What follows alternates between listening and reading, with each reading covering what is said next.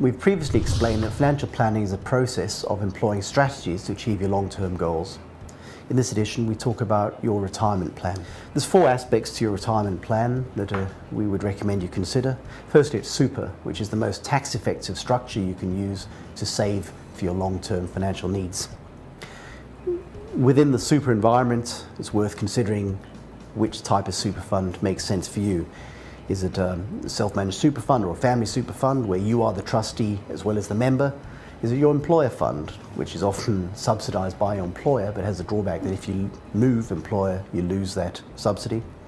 An industry fund, which is typically a low-cost option that has lower features but has been a good vehicle for many Australians, and a retail fund, which is generally a fund that has a lot more options and is typically held by or run by one of the large banks or life insurance companies. Once you've worked out which is the super vehicle, then how are you going to make contributions to save for your long-term retirement? Now, many Australians leave this too late and miss out on the power of compound interest. But the key thing with contributions is, does it make sense to do them before tax or after tax? There's pros and cons of each.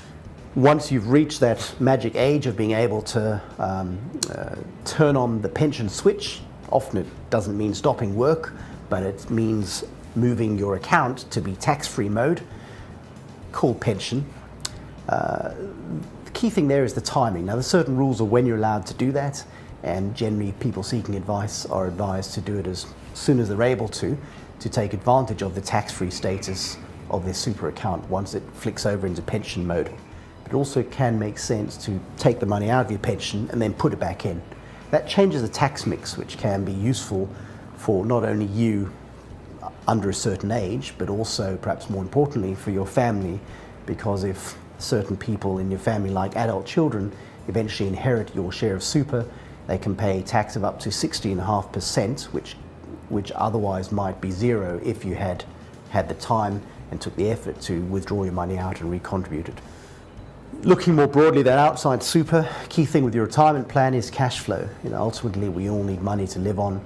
There's various estimates of what people need, but $50,000 a year for a comfortable retirement, and we've got a little bit more information on our website about what that means, is one number to use, but it's probably a minimum. So it's important to understand, particularly when you are close to stopping work, how is the cash flow going to pan out, how are you going to be able to enjoy the lifestyle that you've worked so hard for through your working life, and where's the money going to come from. Also, ordinary money. Now, super is a very tax-effective structure, but depending on how much you've saved over your working life, it could actually make sense to have your money in what I call ordinary money. In other words, not in super, it's just simply in a bank account. With tax allowances for older Australians, you can actually earn quite a bit of money before you pay any tax once you are classed as a senior Australian. So it could make sense to have ordinary money bank account. And finally, a reverse mortgage. Now, that is where people use the equity in their home to basically borrow from a bank to be able to fund their lifestyle.